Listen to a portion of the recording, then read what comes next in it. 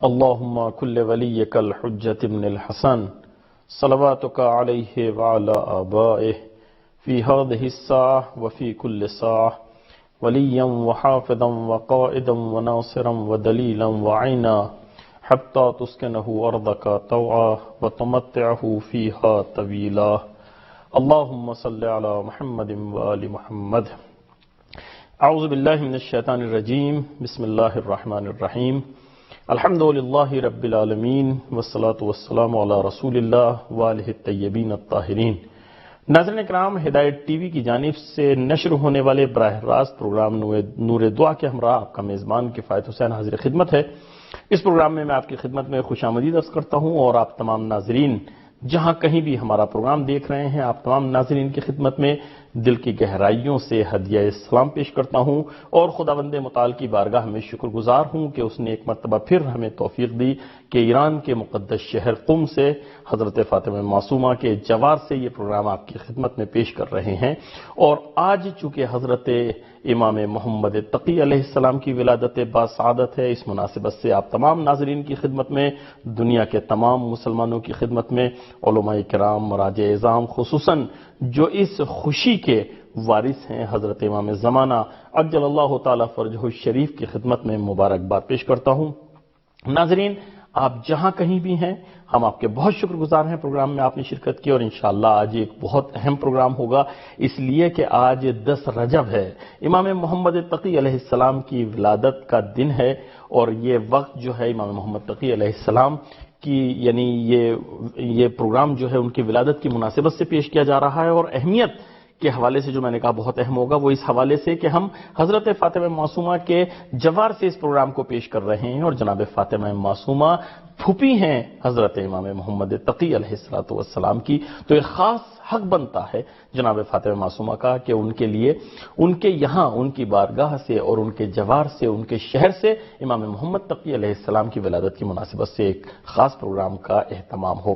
ناظرین دیکھیے، امام محمد تقی علیہ السلام کی زندگی کے حوالے سے انشاءاللہ ہمارے مہمان کے ذریعے آپ جو ہے بہت سے مطالب سنیں گے، ان کی زندگی پر ہماری گفتگو ہوگی. لیکن میں عرض کرنا چاہوں گا کہ یہ جو آج کا پروگرام ہے، یہ در واقع ایک جشن ہے، امام محمد تقی علیہ السلام کی ولادت کا جشن ہے. اس میں آپ خود بھی شرکت کریں گے، براہ راست پروگرام ہے. اس میں اگر آپ چاہیں گے تو اشعار اگر پڑھنا چاہیں گے امام محمد تقی علیہ السلام کے حوالے سے، ہم آپ کی خدمت میں ہوں گے، ہم آپ کے اشعار سنیں گے. جو آپ میں سے زیارت کرنا چاہتا ہے وہ زیارت بھی کر سکتا ہے، زیارت پڑھ سکتا ہے، چونکہ ہم جناب فاطمہ معصومہ کے جوار سے اس پروگرام کو آپ کی خدمت میں پیش کر رہے ہیں. اور میں ایک حدیث کے ذریعے، ایک امام کی حدیث کا ایک جملہ ہے، اس کے ذریعے اپنے پروگرام کا آغاز کر رہا ہوں. بہت اہم نقطے کی طرف امام علیہ السلام اشارہ فرما رہے ہیں. امام علیہ السلام فرماتے ہیں کہ خالف الہوا، خواہشات نفسانی کی مخالفت کرو. حدیث بہت طولانی ہے، لیکن میں اس ایک جملے کی طرف کہ خالف الہوا وَعْلَمْ أَنَّكَ لَن تَخْلُوَ مِنْ عَيْنِ اللَّهِ فَانْظُرْ كَيْفَ تَكُونُ. امام علیہ السلام فرماتے ہیں کہ خواہشات کی جو ہے تم مخالفت کرو، جو خواہشات نفسانی ہیں ان کی مخالفت کرو، اور جو شہوات ہیں ان کو ترک کر دو.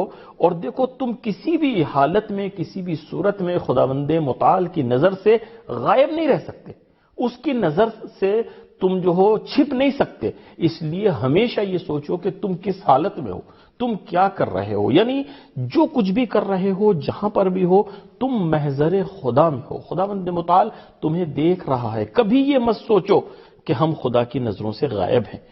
بہت اہم نقطہ ہے یہ. اگر انسان کی نظروں میں یہ ہو کہ ہم ہر وقت خدا کے محضر میں ہیں، ہر وقت خدا ہمیں دیکھ رہا ہے، تو ظاہر ہے وہ جو انسان کام انجام دیتا ہے.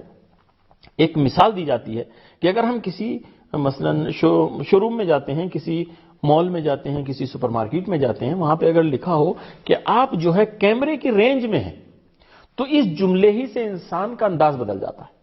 تو آپ دیکھیے، یہاں پہ یہی ہم سے کہا جا رہا ہے کہ تم ہر وقت خدا کی نظروں کے سامنے ہو. تو انسان جب یہاں پہ کوئی عمل انجام دے تو اس کو سوچنا چاہیے کہ میں کیا کر رہا ہوں، میرا خدا مجھے دیکھ رہا ہے. صرف یہ خیال جو ہے انسان کی زندگی کو بدل سکتا ہے.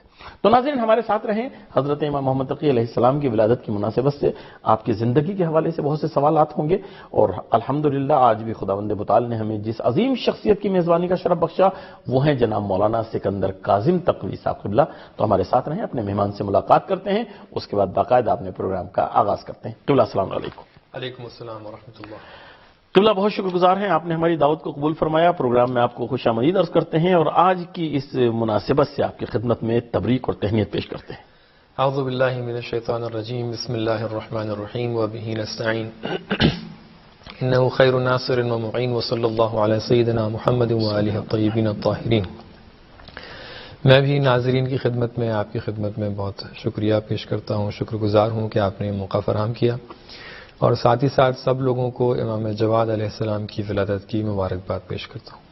قبلہ آج جو ہم گفتگو کریں گے، اور ظاہر حق بھی ہے چونکہ کم سے کم ہم ان تاریخوں میں جو ہے ان شخصیات کو یاد رکھیں، معصومین علیہ السلام کا تذکرہ زندہ کریں۔ الحمدللہ اب کافی ہمارے معاشرے میں بیداری آتی جا رہی ہے، ورنہ پہلے یہ ہوتا تھا کہ بس چند معصومین میں دو چار، مثلا مولا کائنات امام حسین علیہ السلام، مثلا یہ نبی اکرم صلی اللہ علیہ وسلم، کچھ شخصیات تھی جن کے حوالے سے پورے سال گفتگو ہوتی تھی اور باقی مظلوم تھے، بلکہ آج بھی مظلوم ہیں، ان شخصیتوں کا تذکرہ نہیں ہوتا۔ تو اس لیے بہت ضرورت ہے کہ کم سے کم ان تاریخوں میں جو ان کی ولادت اور شہادت کی تاریخیں ہیں، جو ان سے منسوب تاریخیں ہیں، کم سے کم ان تاریخوں میں ہم متوجہ ہوں، ان کی زندگی نامے کو پڑھیں، ان کے حوالے سے بیانات ہونے چاہیے، ان میں شرکت کریں۔ اور آج تو بہت اچھا ذریعہ یہ ہے کہ ہم اپنے موبائل سے، نیٹ کے ذریعے جو ہے بہت کچھ سرچ کر سکتے ہیں، ہم علماء کے بیانات سن سکتے ہیں۔ تو آج الحمدللہ ہمارا پروگرام بھی اسی سلسلے کی ایک کڑی ہے، تو ہم آپ سے امام کی زندگی کے حوالے سے جانیں گے۔ لیکن سب سے پہلا میں آپ سے سوال کرنا چاہوں گا، چونکہ آج ولادت ہے امام کی، کہ امام علیہ السلام کے لیے ایک خاص تعبیر استعمال ہوئی ہے جو ہمیں کسی امام کے یہاں نظر نہیں آتی۔ وہ یہ ہے کہ حضرت امام علی رضا علیہ السلام نے فرمایا ہے کہ میرا یہ بیٹا بہت بابرکت مولود ہے میرے شیعوں کے لیے۔ تو بابرکت تو تمام ذوات ہے، لیکن امام محمد تقی علیہ السلام کو کیوں کہا گیا کہ یہ بابرکت مولود ہے؟ بسم اللہ الرحمن الرحیم۔ میں بھی اگر آپ اجازت دیں تو ایک حدیث کے ذریعے سے اپنی گفتگو کا آغاز کیا جائے۔ جی۔ امام جواد علیہ السلام سے حدیث ہے اس طریقے سے کہ 3 ایسی چیزیں ہیں کہ جس سے انسان کی محبت زیادہ بڑھ سکتی ہے، لوگوں کی بنسبت اس کی محبت زیادہ ہو سکتی ہے۔ جی۔ بہرحال ایک بہت ہی پریکٹیکل پہلو ہے۔ کون انسان ہے کہ جو یہ نہیں چاہتا کہ وہ لوگوں کے درمیان محبوب ہو، لوگ اس سے محبت کریں، لوگ اس کو چاہیں، اس کو پسند کریں۔ جی۔ تو 3 ایسے نکات یا 3 ایسے سٹیپس مولا نے ارشاد فرمائے ہیں کہ ان کو انجام دینے سے انسان کی محبت جو اس کی بنسبت ہے، جو اس کی مقبولیت ہے وہ بڑھ جاتی ہے۔ جی۔ سب سے پہلے مرحلے میں آپ ارشاد فرماتے ہیں کہ جب تم لوگوں کے ساتھ کوئی معاملہ کرو، جی، لوگوں کے ساتھ تمہارا جب حشر و نشر ہو تو انصاف سے کام لو۔ یعنی کسی بھی معاملے میں انسان یہ نہ دیکھے کہ کون ہمارا جاننے والا ہے، کون جاننے والا نہیں ہے، کس کو ہم زیادہ پسند کرتے ہیں، کس کو پسند نہیں کرتے ہیں۔ انصاف سے کام لے ہر کسی کی بنسبت۔ بے شک یہ پہلا مرحلہ ہے کہ جہاں پر مولا نے کہا ہے کہ اس کی وجہ سے انسان کی مقبولیت اور محبت بڑھ جاتی۔ دوسرا مرحلہ یہ ہے کہ جب لوگوں کے اوپر کوئی بھی مشکلات ان کے اوپر طاری ہوں، ان کے لیے پیش آئیں، تو لوگوں کے ساتھ ہمدردی کرو۔ لوگوں کے ساتھ مشکلات میں ہمدردی کرنا انسان کے لیے مقبولیت کا باعث بنتا ہے۔ اور تیسرا مرحلہ یہ ہے کہ انسان جب معنویات کے قریب ہوتا ہے، اسپرچویلٹی کے قریب ہوتا ہے، جب روحانیت کے قریب ہوتا ہے، تو یہ ایک ایسا مرحلہ ہے کہ جس سے انسان کی محبت اور اس کی مقبولیت بڑھ سکتی ہے۔ جی۔ آج کے زمانے میں بہرحال مقبولیت اگر دیکھا جائے تو ہر انسان یہ چاہتا ہے کہ اپنی زندگی میں کامیاب ہونے کے لیے، چاہے وہ دینی لحاظ سے بھی ہو، چاہے وہ دنیاوی لحاظ سے ہو، اور جس کو ایک صحیح معنی میں کہا جائے، ایسا نہیں کہ کوئی ایک بنی ہوئی مقبولیت یا بنی ہوئی شہرت نہیں، بلکہ صحیح انداز میں، کیونکہ اب انسان اچھا کام انجام دیتا ہے تو ظاہر سی بات اس کا نتیجہ بھی نکل کے سامنے آتا ہے۔ یہ تو اسی کے لیے ہے کہ جو اچھا کام کر رہا ہے، اچھا کام، ورنہ بروں کے لیے تو ایک جملہ ہے کہ بدنام اگر ہوں گے تو کیا نام نہ ہوگا؟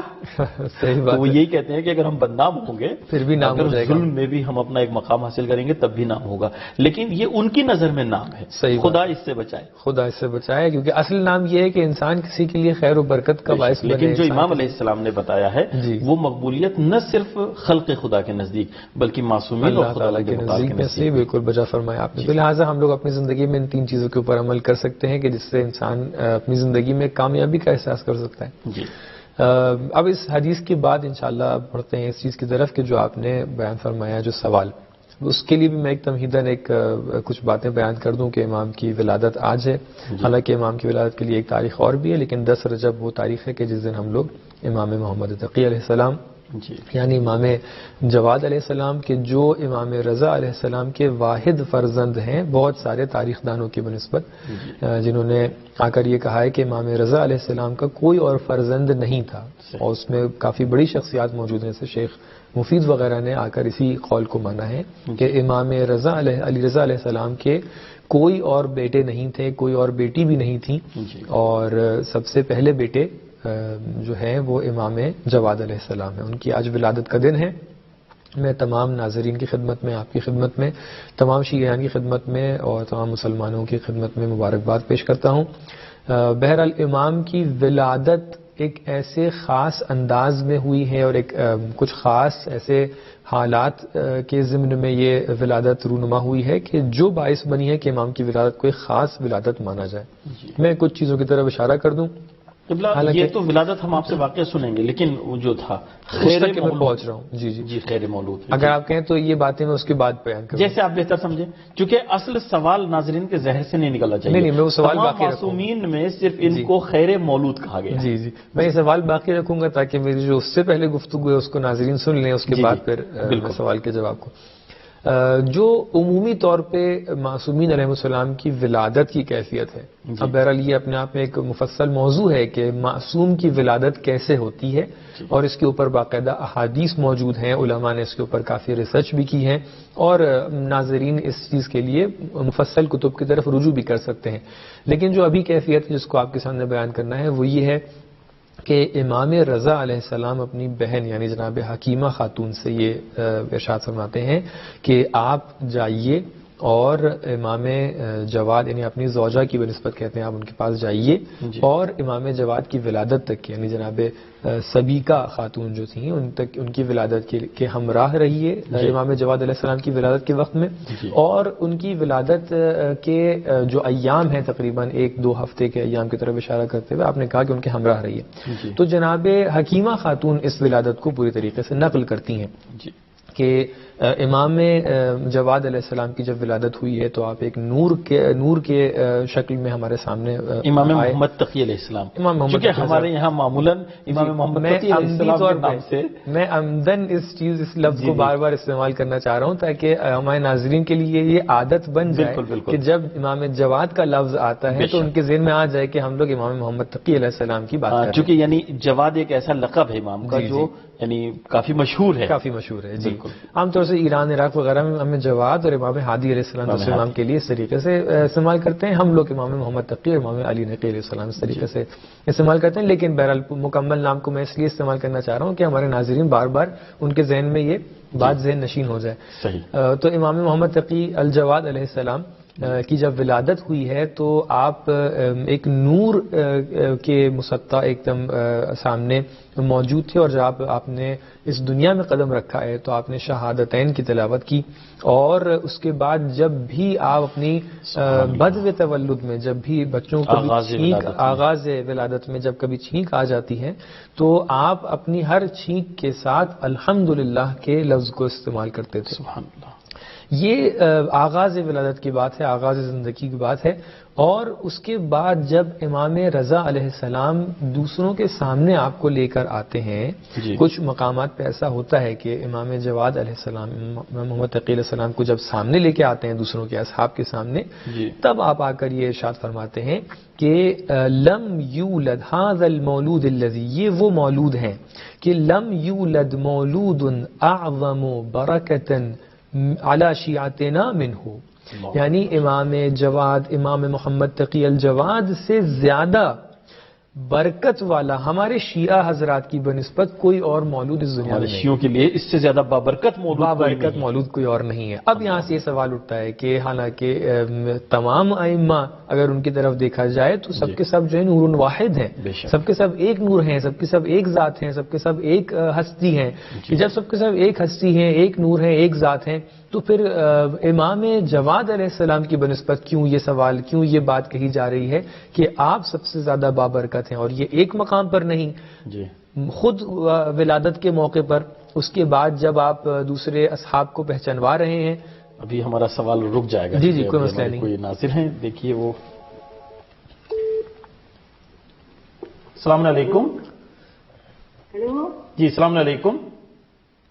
وعلیکم السلام. آپ دونوں کو بہت بہت سلام. علیکم بہت السلام. دعا مولانا صاحب کو, آپ کو, علیکم السلام. اور مولا علی اصغر کی ولادت کا سعادت آپ سب کو مبارک ہو. جی بالکل, آپ کو بھی بہت بہت جب مبارک ہو. مولا علی کا بھی آ رہا ہے ولادت. بالکل بالکل مبارک ہو. جی جی بالکل. سب کو بہت بہت مبارک. میں مسز حسین مانچسٹر سے بول رہی ہوں. بہت میرے شکریہ. بچوں کے لیے دعا کریے گا ضرور انشاءاللہ. اور دعا کریے. میں بھی جا چکی ہوں 2 دفعہ, لیکن پھر میں جانا چاہ رہی ہوں. مجھے اتنا مولا ہمت طاقت قوت دے دیں. انشاءاللہ ضرور. اپنی بیوی کا روزہ, اپنے مولا کا روزہ دیکھوں, سلام کروں وہاں جا کے. بے شک. اور کل مرحومین کے لیے دعا کریے گا.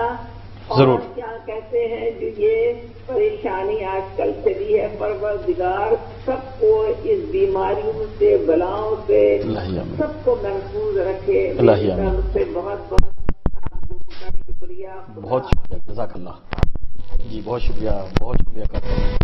اور میں عرض کروں قبلہ, جیسے کہ انہوں نے بیان فرمایا, واقعی یہاں پہ میں اگر جسارت ہے آپ کے سامنے کہ امام جواد علیہ السلام نے, جیسے بھی وہ کہہ رہی تھی کہ میں اپنی بیوی کا روزہ دیکھوں, میں ایک دفعہ جا چکی ہوں. ایک خاص حدیث امام جواد علیہ السلام نے جناب فاطمہ معصومہ کی زیارت کے لیے کہا ہے. یہ ارشاد فرمائیے کہ جس نے منظارہ امتی فلہ الجنہ, جی بقم یعنی قم کا لفظ بھی آیا ہے کہ جس نے قم میں میری پھوپھی کی زیارت کی تو خداوند متعال اس کو جو ہے جنت عطا فرمائے گا. یہ اپنی پھوپھی کے لیے امتی کا لفظ بھی آیا کہ میری پھوپھی جناب فاطمہ معصومہ کی زیارت کی. انشاءاللہ خداوند متعال آپ کو, جنہوں نے کال کی, اور جتنے ہمارے ناظرین دیکھ رہے ہیں ہمارا پروگرام, اور دنیا کے تمام مومنین جو دل میں یعنی وہ اشتیاق رکھتے ہیں, وہ شدت جن کے یہاں پائی جاتی ہے, انشاءاللہ سب کو یہاں کی بھی اور تمام مقامات مقدسہ کی زیارت نصیب فرمائے. آپ بھی ہمیں دعا میں یاد رکھیے گا. جی قبلہ. الہی آمین. انشاءاللہ تعالی اللہ تمام تر مشکلات کو رفع کرے, جیسا کہ انہوں نے اشارہ بھی کیا تھا اس چیز کی طرف. اللہ تعالیٰ تمام تر بیماروں کو اس دنیا میں جہاں کہیں بھی ہیں, اور کسی بھی طریقے سے ان کو کوئی بیماری اگر لاحق ہو گئی ہے, خاص طور سے یہ موجودہ جو آج کل بیماری لاحق ہو گئی ہے کچھ لوگوں کو, یا کچھ ڈر ہے ایک طریقے کا, اللہ تعالیٰ اس ڈر کو دور کرے. دیکھیے بیماریاں اور اس طریقے کی جو چیز ہیں, اس کے لیے صاف الفاظ میں یہ ہے کہ اللہ تعالیٰ کا امتحان ہے. ہم لوگ اس کو اللہ تعالیٰ کے امتحان کے عنوان سے, امتحان الہی کے عنوان سے دیکھیں, اور جہاں تک کہ احتیاط ممکن ہے اپنی جگہ پر احتیاط کریں, اور اس کے ساتھ ساتھ ہم لوگ اللہ تعالیٰ سے دعا بھی کریں. یقیناً بہرحال جس قدر ہم لوگ اس معاملے میں معرفت الہی, اللہ تعالیٰ کی تعلیمات جو اس نے قرآن کے ذریعے سے, اہل بیت علیہ السلام کے ذریعے سے, اپنے اولیاء اللہ کے ذریعے سے ہم تک کے پہنچائی ہیں, جس قدر ہم لوگ کا علم ان کی طرف بڑھتا جا رہا ہے, ایک طریقے سے ہم لوگ کی کفران نعمت بھی بڑھتی جا رہی ہے کہ ہم لوگ کما حقہ اس کے اوپر عمل نہیں کر پا رہے ہیں, کما حقہ ان کو نشر نہیں کر پا رہے ہیں, کما حقہ ان کی بنسبت ان کا حق ادا نہیں کر پا رہے ہیں. تو لہٰذا جب ہم کسی بھی نعمت کی بنسبت کفران کرتے ہیں تو کچھ نہ کوئی اس کے نتیجہ, اس کا کچھ اثر ہمارے سامنے آتا ہے, اس کا نقصان آتا ہے. اللہ تعالیٰ پھر امتحان لیتا ہے, اس کے ذریعے سے اپنے قریب بلاتا ہے. تو ہم لوگ ان امتحانات الہی کو اللہ تعالیٰ سے قریب آنے کا ایک وسیلہ بنائیں, اور جو لوگ اس امتحان میں مبتلا ہو گئے ہیں ان کی بنسبت ہم لوگ دعا کریں, اللہ تعالیٰ ان کو بھی دنیا میں آخرت میں ہر جگہ پر کامیاب اور سربلند کرے. اور جنہوں نے کال کیا تھا, اللہ تعالیٰ ان کی تمام تر مشکلات کو رفع کرے اور ان کی شرعی حوائج کو بھی پورا کرے انشاءاللہ. جی بالکل. تو وہی میرا سوال ابھی اپنی جگہ باقی ہے. سوال اپنی جگہ باقی ہے. خیر مولود کس لیے کہا گیا؟ جی اب یہاں سے ہم لوگ پلٹتے ہیں سوال کی طرف جی کہ کیوں اتنی تاکید ہے کہ خیر مولود کہ امام جواد علیہ السلام کیوں سب سے بابرکت مولود بن گئے ہیں پورے اسلام کے اندر شیعوں کی بنسبت. تو یہاں سے ایک سب سے واضح جواب جو سامنے نظر آتا ہے وہ یہ ہے کہ امام رضا علیہ السلام کے زمانے میں ایک ایسا فرقہ ہوا کرتا تھا جس کو کہتے تھے واقفیہ. یہ فرقہ ایسا فرقہ تھا کہ جنہوں نے امام کاظم علیہ السلام کے بعد اپنے آپ کو وقف کر لیا تھا, یعنی رک گئے تھے وہ لوگ. یعنی امام کاظم علیہ السلام کی امامت کے بعد والا سلسلہ جو تھا, یعنی خود امام رضا علیہ السلام اور آپ کے بعد جو آپ کے فرزندوں میں جو ایک سلسلہ امامت باقی رہنے والا تھا, اس کی بنسبت وہ لوگ معتقد نہیں تھے. وہ لوگ کہتے تھے کہ امام کاظم علیہ السلام کے اوپر آ کر امامت ختم ہو گئی. صحیح. تو یہ فرقہ واقفیہ اس زمانے میں بہت زیادہ مضبوط ہو رہا ہے. یہ وہی ہو سکتا ہے جو ہمارے یہاں 7 امامی ہیں؟ بہرحال وہ لوگ بھی 7 امامی ہی ہیں. اب ایگزیکٹلی وہی لوگ ہیں کہ جو یہاں تک کے گئے ہیں، مجھے اس کا علم نہیں ہے، لیکن ہاں ایک ریشہ اس کا وہاں تک کے بھی پہنچتا ہے. تو لہٰذا یہ ہے کہ اس زمانے میں اس چیز کے اوپر بہت زیادہ زور دیا جا رہا تھا. کیوں زور دیا جا رہا تھا؟ کیونکہ تاریخ میں اس طریقے سے ملتا ہے کہ امام رضا علیہ السلام 47 سال ان کی عمر بابرکت گزر چکی تھی، پھر بھی آپ صاحب فرزند نہیں ہوئے تھے. تو لہٰذا 47 سال گزرنے کے بعد لوگ ان کو طعنہ دینا شروع کر چکے تھے کہ کیونکہ آپ ابھی اس عمر میں پہنچ چکے ہیں کہ اب شاید آپ سے بہت زیادہ توقع نہیں ہے کہ آپ صاحب فرزند ہوں گے.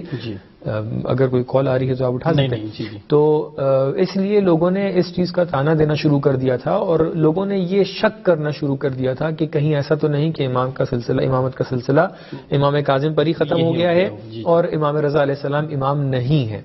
تو لہٰذا جب امام محمد تقی علیہ السلام 9ویں امام کی ولادت ہوئی ہے، اچھی بات یہاں پر یہ ہے کہ اسی وقت جس وقت لوگ طعنہ دے رہے تھے، کیونکہ امام کے پاس علم الہی موجود ہے، امام جانتے ہیں کہ کب کیا ہونے والا ہے، تو امام صاف الفاظ میں جواب دیتے تھے کہ ان قریب اللہ تعالیٰ کی طرف سے ایک ایسا مولود آئے گا کہ جو آپ لوگوں کی زبانوں پر جس مولود کی برکت سے آپ لوگوں کی زبانیں بند ہو جائیں گی. یعنی جو ابتر کا طعنہ دے رہے ہیں وہ جواب طعنہ ابتر بن کر آئے گا. بالکل. تو لہٰذا امام محمد تقی علیہ السلام 9ویں امام کی ولادت جب ہوئی ہے تو یہ ایک ایسا خوشی کا وقت تھا، ایک ایسا وقت تھا کہ جو ایک طریقے سے جواب تھا ان ہزاروں لوگوں کے لیے کہ جو آ کر امامت کے اندر شک کر رہے تھے.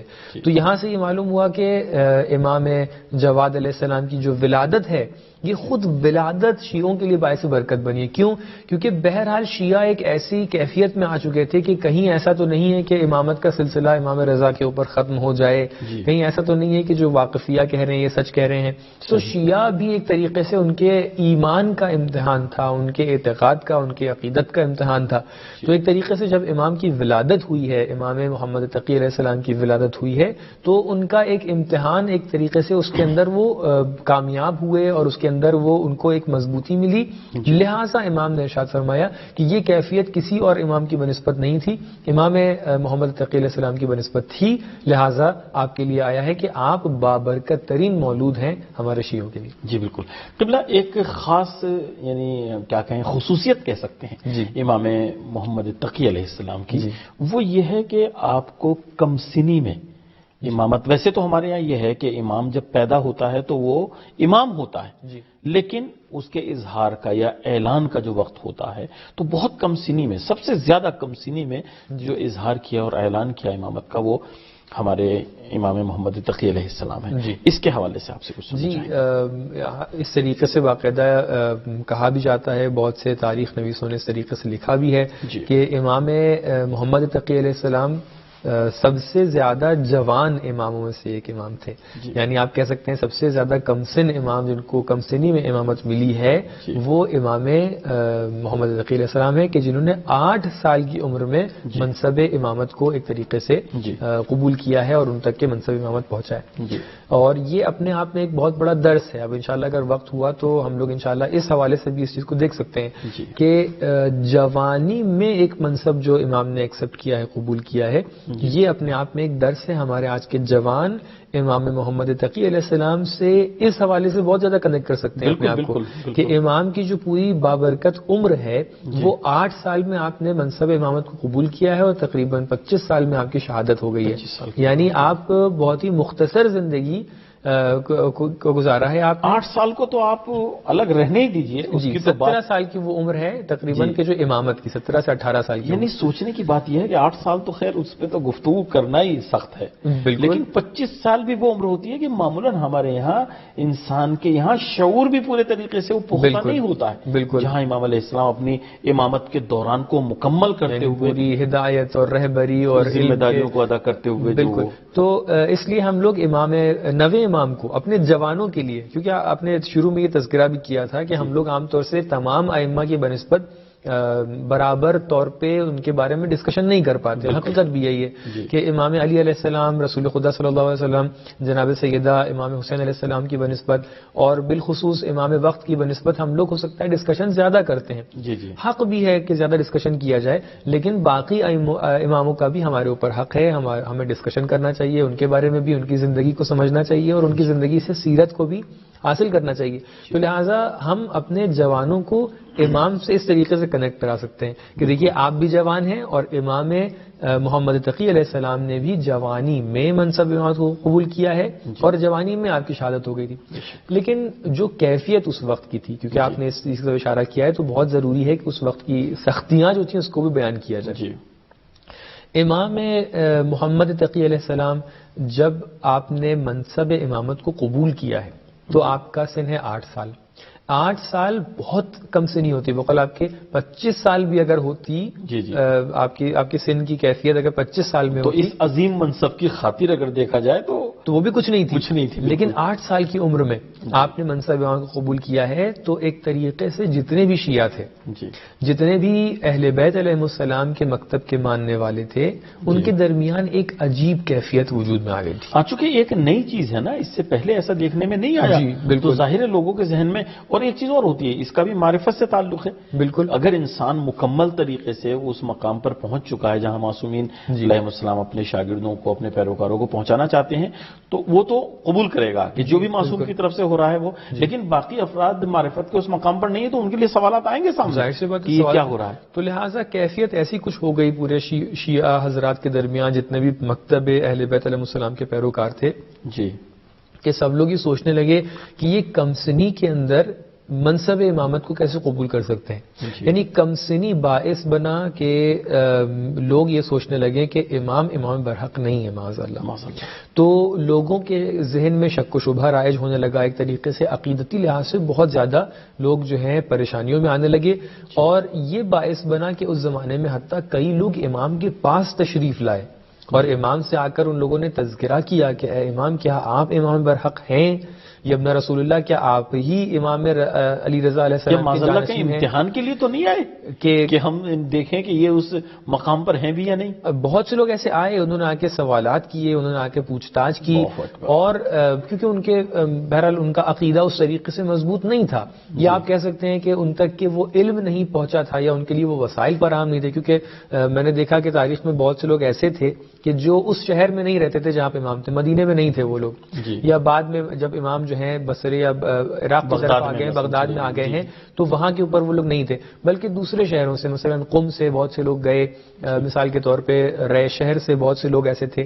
تو تاریخ میں اس طریقے سے ملتا ہے کہ اس زمانے میں ایک کئی شہروں سے لوگ مل کر. معاف کیجیے گا، یہ بہت اہم گفتگو ہے، لیکن میں یہ عرض کرنا چاہوں گا کہ جو ہمارے یہاں سلسلہ ہے اور ہمارے یہاں عقیدہ بھی یہی ہے کہ یہ نام بنام نبی اکرم صلی اللہ علیہ وآلہ وسلم کی طرف سے سب کا تعارف کرایا گیا تھا، اور حدیثوں میں موجود تھا کہ مثلا امام حسن کے بعد امام حسین، پھر اس کے بعد امام علی ابن الحسین، اور فلاں فلاں نام بنام 12 تک ہمارا یہ تھا.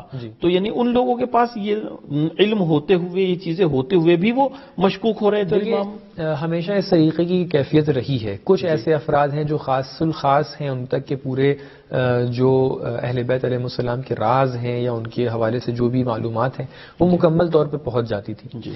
لیکن جی بسم اللہ. جی السلام علیکم. السلام علیکم ورحمۃ اللہ. علیکم السلام ورحمۃ اللہ. بہت شکریہ کال کرنے کے لیے. پروگرام میں آپ کو خوش آمدید عرض کرتے ہیں. شکریہ جی. میں مظفر نقوی ناروے سے حاضر ہوا ہوں. جی ماشاء اللہ. ماشاء اللہ، نور دعا یہ واقعی ہدایت ٹی وی کا نورانی پروگرام ہے. میری درخواست ہے کہ میری اور میرے اہلِ کی صحت و سلامتی کے لیے اور بچوں کی کامیابی کے لیے دعا فرمائیں. آپ کا بہت مشکور ہوں گا. بہت شکریہ، جزاک اللہ. بہت شکریہ جی، بہت شکریہ. جی خدا. اللہ تعالیٰ سے دعا کرتے ہیں کہ جنہوں نے ابھی کال کی تھی، اللہ تعالیٰ بحق فاطمہ و ابیہا و بالہا و بنیہا ان کی صحت و سلامتی ان کو عطا کرے اور ہمیشہ ان کو صحیح و سالم رکھے، اور ساتھ ہی ساتھ ان کے بچوں کو صحیح راستے پہ چلنے کی توفیق عطا کرے، اور ہمیشہ ان کو ہر مرحلے میں اللہ تعالیٰ کے راستے پر چلتے ہوئے، اہل بیت علیہ السلام کے راستے پہ چلتے ہوئے کامیابی نصیب کرے انشاءاللہ۔ جیسا کہ میں عرض کر رہا تھا کہ امام محمد تقی علیہ السلام کے حوالے سے یا دیگر ائمہ کے حوالے سے آپ نے اشارہ فرمایا کہ مختلف احادیث کے اندر نام بنام نام لے کر باقاعدہ مشخص و معین کر دیا گیا تھا کہ کون امام کس امام کے بعد آنے والے ہیں۔ لیکن دیکھیے ایک بہت بڑا پروپیگنڈا ہمیشہ رہا ہے حکومتوں کی طرف سے کہ جو اس پورے جو سلسلے کے ساتھ چل رہی تھی، ظاہر ہے حق کے خلاف باطل ہمیشہ محاذ رہی، تو لہٰذا جو عباسیوں کی حکومت رہی ہے یا اس سے پہلے امویوں کی حکومت جو رہی ہے، اس کے اندر پروپیگنڈا ہمیشہ رہا ہے، جیسا کہ آپ دیکھ سکتے ہیں حتیٰ لوگوں کے پاس علم ہوتا بھی تھا پھر بھی لوگ چھپایا کرتے تھے۔ اتنا بڑا واقعہ جو غدیر کا واقعہ ہمارے سامنے ہے، اس کے باوجود اسی زمانے میں ایسا پروپیگنڈا کہ لوگوں نے آ کر جو ہے پوری طریقے سے حمایت نہیں کی حضرت امیر کی، تو لہٰذا اس کا تصور بہت آسان ہے۔ جب غدیر جیسے واقعے کو سامنے حاضر و ناظر رکھتے ہوئے بھی لوگ آ کر پروپیگنڈا کر سکتے ہیں اور لوگوں کے اذہان کو مشوش کر سکتے ہیں، ان کو لے جا کر کسی اور کی جانب وہ کروا سکتے ہیں کہ حکومت کسی اور کے لیے ہو جائے، تو لہٰذا بعد والے آنے والے اماموں کے بنسبت تو یہ کام بہت آسان تھا۔ بالکل، تو لہٰذا ہو سکتا ہے کہ ان تک یہ احادیث پہنچی تھیں لیکن وہ شک و شبہے کے اندر آ گئے تھے۔ بہرحال جو ایسی کیفیت بن جاتی تھی اس زمانے میں، وہ کافی ایسی کیفیت رہی، اور بیشتر یہ کیفیت کیوں ہوتی تھی؟ کیونکہ اس زمانے کے جو حاکم ہوا کرتے تھے، حاکم غاصب جو ہوا کرتے تھے، انہوں نے ائمہ کی بنسبت ایک ایسی کیفیت بنا دی تھی کہ نہ ان تک کوئی جا سکتا تھا، نہ ان کی طرف سے کوئی نمائندہ کسی کی طرف جا سکتا تھا، نہ ان سے کوئی سوال پوچھ سکتا تھا، نہ ان سے کوئی جواب دریافت کر سکتا تھا۔ ایک عجیب کیفیت تھی۔ آپ امام کاظم علیہ السلام کے زمانے میں دیکھیے کہ امام کاظم علیہ السلام کی جتنی بھی بیٹیاں تھیں، ان کی بنسبت جو شادی کا اعتراض ہوتا ہے کہ انہوں نے شادیاں نہیں کی تھیں، تو کیا امام کا حکم تھا کہ وہ شادی نہ کریں؟ تو کہیں ایسا نہیں ہے۔ اس زمانے کی کیفیت ایسی تھی کہ امام کاظم علیہ السلام کے خاندان کی طرف کوئی اشارہ بھی کوئی آنا چاہتا تھا، اگر ایک قدم بڑھاتا تھا تو اس کی بنسبت فوراً حاکم آ کر اس کو محاصرے میں لے لیتا تھا۔ تو لہٰذا حالانکہ اس زمانے میں سادات موجود تھے، دوسری نسلیں موجود تھیں، امام حسن علیہ السلام کی نسل سے سادات موجود تھے، تو لہٰذا وہ اعتراضات بالکل وہاں پر بجا نہیں ہیں۔ یا اس کے بعد والی کیفیت دیکھیں، امام عسکری علیہ السلام کے زمانے کی کیفیت دیکھیے، تو ایک کیفیت ہی ایسی تھی کہ ان تک کوئی پہنچ نہیں پاتا تھا کہ جو ان سے حق کسی اور تک کے منتقل ہو۔ تو لہٰذا امام محمد تقی علیہ السلام کے زمانے میں بھی کیفیت کچھ ایسی ہی تھی۔ پوری طریقے سے آپ محاصرے میں تھے، چاہے آپ مدینے میں ہو، چاہے اس کے بعد آپ بغداد میں ہوں، آپ کے اوپر پوری طریقے سے آپ نظر بند تھے، یہاں تک کہ آپ کو زبردستی آپ سے شادی کروائی معتصم نے اپنی بیٹی کی۔ تو لہٰذا یہ کیفیت بخوبی واضح ہے۔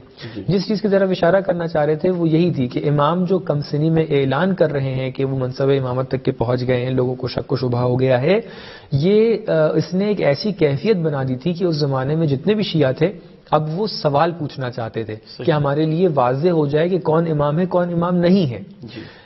میں آپ کو بہرحال کئی باتیں میرے ذہن میں اس وقت آ رہی ہیں، لیکن بہت میں اختصار کے ساتھ اس بات کو بیان کرنا چاہ رہا ہوں کہ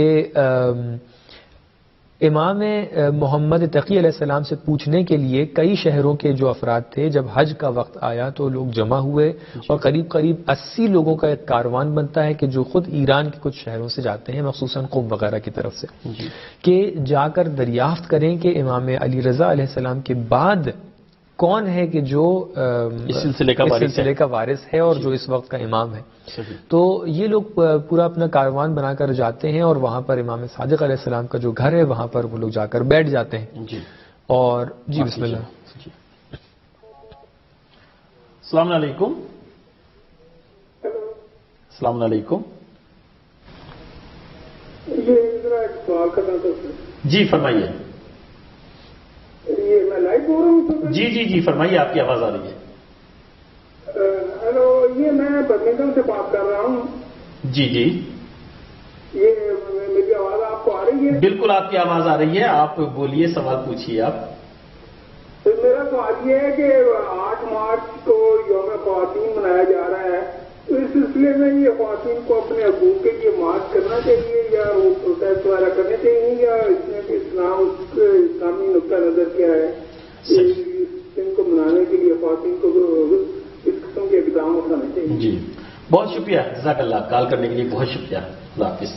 جی قبلہ، بہت اہم ان کا سوال ہے. سوال بہت اہم ہے، حالانکہ موضوع سے بہت اس کا تعلق نہیں ہے، لیکن میں بہت ہی اختصار سے اس کی طرف اشارہ کر دینا چاہتا ہوں. دیکھیے، سب سے پہلے مرحلے میں تو میں یہ بیان کرنا چاہوں گا کہ 8 مارچ ہمارے لیے کوئی ایسی تاریخ نہیں ہے کہ جس دن ہم یوم خواتین منائیں، جبکہ ہم لوگ یوم خواتین حضرت جناب سیدہ سلام اللہ علیہا، جناب زہرا سلام اللہ کی ولادت کے دن مناتے ہیں. تو لہٰذا آپ لوگ جو ہے 8 مارچ کو مد نظر نہ رکھیں. ہو سکتا ہے کبھی کوئنسیڈنس ہو جائے کہ 8 مارچ اور 20 جمادی الثانی ایک ہی دن پڑ جائے، لیکن 20 سال ایسا نہیں تھا چونکہ 20 جمادی الثانی گزر چکی ہے. جی تو لہٰذا ہم لوگ 8 مارچ کو مد نظر نہ رکھیں، 20 جمادی الثانیہ کو رکھیں کہ اس دن اسلامک وومنز ڈے یعنی اسلامی یوم خواتین کو منائیں تو وہ زیادہ بہتر ہے.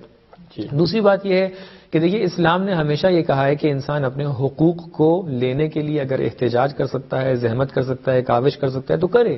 تو لہٰذا اگر کہیں پر حقوق کی پامالی ہو رہی ہے تو یقیناً جا کر لوگ اعتراض کریں، اس میں کوئی حرج نہیں ہے. شرعی حدود کا، لیکن شرعی حدود کا خیال رکھتے ہوئے اعتراض کریں، احتجاج کریں. لیکن مجھے ایسا محسوس ہو رہا ہے کہ جس چیز کی طرف ہمارے ناظر نے اشارہ کیا، ہم اپنے ناظر محترم سے کہنا چاہیں گے کہ آج کل کی میڈیا میں، آج کل کی ویسٹرن ورلڈ کے اندر جب آ کر کہتے ہیں کہ خواتین اپنے حقوق کا ایک طریقے سے دفاع کرنا چاہتی ہیں یا جا کر احتجاج کرنا چاہتی ہیں، تو اس سے ایک اور معنی مد نظر منظور نظر لیا جاتا ہے. ہم یہ دھیان رکھیں یہاں پر ایسا نہ ہو کہ کہیں وہ جو فیمنزم وغیرہ والی بات ہوتی ہے اس کے اندر آ کے چلی جائیں کہ مثلا جو ہے خواتین کو مکمل طور پہ آزادی چاہیے، فلاں چاہیے. آپ ان سب پروپیگنڈاز کے اندر مت آئیے.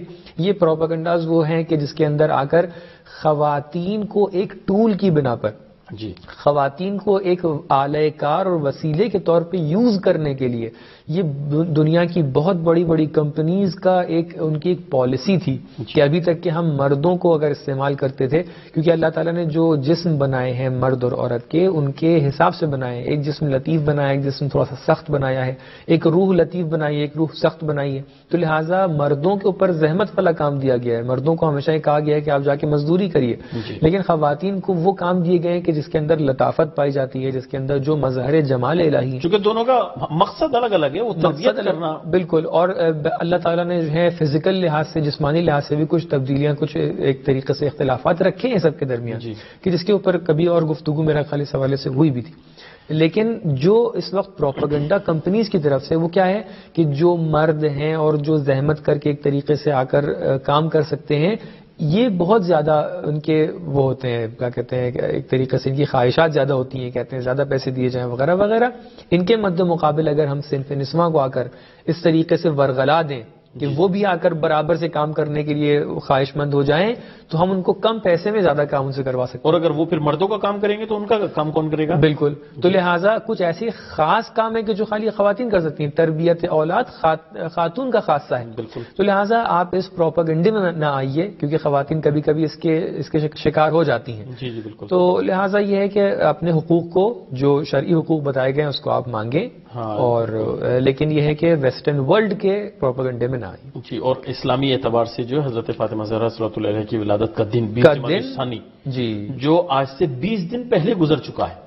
جی بہت بڑا فرمایا. آج 10 رجب 20 دن پہلے گزر چکا ہے. بالکل. تو وہ ہمارے یہاں جو ہے وہ یوم خواتین ہے، اس کو یوم خواتین منایا جائے. خیر، ہم لوگ کی گفتگو یہاں پہ چل رہی تھی کہ کچھ لوگ قم سے اور جو آس پاس کے شہر ہیں ان سے جمع ہو کر گئے مدینہ، اور مدینہ میں امام صادق علیہ السلام کے گھر پر. جی بسم اللہ. مشکل نہیں ہے. جی السلام علیکم. وعلیکم السلام. میں آپ کو دونوں کو سلام. علیکم السلام. جی یہ بھیا، آج کل جو بیماری پھیلی ہوئی ہے کرونا، اس کے لیے دعا کریں کہ جو بیمار ہیں اور جو نہیں ہیں بیمار، مولا کے صدقے میں سب کچھ خدا ان کی حفاظت فرمائے انشاءاللہ. میری کچھ پریشانیاں ہیں، میں اپنا نام نہیں بتانا چاہتی. جی آپ دعا کریں کہ میری دلی مراد پوری کریں انشاءاللہ کے صدقے میں. ضرور انشاءاللہ. بہت شکریہ، جزاک اللہ. جی اللہ تعالیٰ سے یہ دعا کرتے ہیں کہ جن خاتون نے ابھی کال کیا تھا ان کی تمام تر مشکلات کو اللہ رفع کرے اور ان کی شرعی حوائج کو انشاءاللہ اللہ تعالیٰ قبول فرمائے. اس کے ساتھ ساتھ یہ بھی دعا کرتے ہیں کہ جو وائرس آج کل پھیلا ہوا ہے، جو آج کل بیماری پھیلی ہوئی ہے کورونا وائرس کے نام سے، اللہ تعالیٰ تمام لوگوں کو اس شر سے محفوظ فرمائے اور کسی کو بھی اس بیماری کے ذریعے سے اس کا امتحان نہ لے. اور جو لوگ اس وقت اس بیماری میں مبتلا ہو گئے ہیں انفارچونیٹلی، اللہ تعالیٰ تعالیٰ ان سب کو جلد از جلد شفا یاب کر دے اور شفا کاملہ ان کو نصیب کرے انشاءاللہ تعالیٰ. اور ہم سب لوگوں سے یہ اپیل کرنا چاہتے ہیں کہ آپ دعاؤں کا سہارا نہ چھوڑیں اور دواؤں کا سہارا بھی نہ چھوڑیں. جتنے بھی پریکاشنز کہے جا رہے ہیں، جتنے بھی ڈاکٹرز آپ کو ریکمنڈیشنز دے رہے ہیں، ان سب کے اوپر پورے احتیاط سے عمل کریں، جتنی بھی احتیاط ہو سکتی ہے برتیں، اور ساتھ ساتھ دعاؤں کا سہارا لیے رہیں. اللہ تعالیٰ کی بہت سے وقت آزمائش ہوتی ہے، امتحان ہوتا ہے. اللہ تعالیٰ کے امتحان کو دعاؤں کے ذریعے سے اس کی بارگاہ میں جا کے استغفار کر کے، اس کی بارگاہ میں جا کے بات کر کے آپ اللہ تعالیٰ سے اپنا رابطہ بنائے رکھیں. دعاؤں میں جو بہت رائج دعائیں ہیں، ان کی بہت تاثیرات ہیں. زیارت عاشورہ کو نہ چھوڑیے، اور جو رائج دعائیں ہیں ان سب مواقع کے لیے، جب کوئی بلا آتی ہے، جب کوئی امتحان الہی ہوتا ہے، جو بہت زیادہ آج کل رائج بھی ہیں، بیان کی جا رہی ہیں، حدیث قصہ ہے، ان سب کو بہت پابندی سے اس کی تلاوت فرمائیں، اس کے اوپر عمل کریں. اللہ تعالیٰ انشاءاللہ جیسا کہ ہم لوگ دعائے رجب کے اندر بھی پڑھتے ہیں کہ اللہ تعالیٰ ہم لوگ کو دنیا اور آخرت کی تمام تر خوبیاں نصیب کرے اور دنیا اور آخرت کی تمام تر برائیوں سے دور رکھے. اللہ تعالیٰ سے یہی دعا ہے کہ اللہ تعالیٰ کسی بھی برائی کو ہم تک کے نہ پہنچائے. نہ صرف مذہب حقہ کے پیروکار بلکہ اس دنیا میں جہاں کہیں بھی جو انسان رہتے ہیں، اللہ تعالیٰ کی مخلوق رہتے ہیں، وہ ان سب بیماریوں سے انشاءاللہ تعالیٰ محفوظ رہیں. تو جب مولا کے چاہنے والے اور جتنے بھی شیعہ حضرات تھے یہ جاتے ہیں مدینہ میں، اور وہاں پر جا کے امام صادق علیہ السلام کا گھر ہے، وہاں پہ جا کے تشریف فرما ہو جاتے ہیں، تو وہاں پر امام کاظم علیہ السلام کے ایک بیٹے تشریف لاتے ہیں، اور جن کو عبداللہ کے نام سے تاریخ میں بتایا گیا ہے کہ جب وہ آتے ہیں تو لوگ ان سے سوال پوچھتے ہیں، اور سوال پوچھنے کے بعد جو جواب ان سے متوقع تھا وہ ان کو نہیں ملتا ہے. صحیح. تو شیعہ جو حضرات اس وقت کے ہوتے ہیں وہ پریشان ہو جاتے ہیں، کہتے ہیں اب ہم کس کی طرف جائیں، ہم کس سے جا کے سوالات پوچھیں.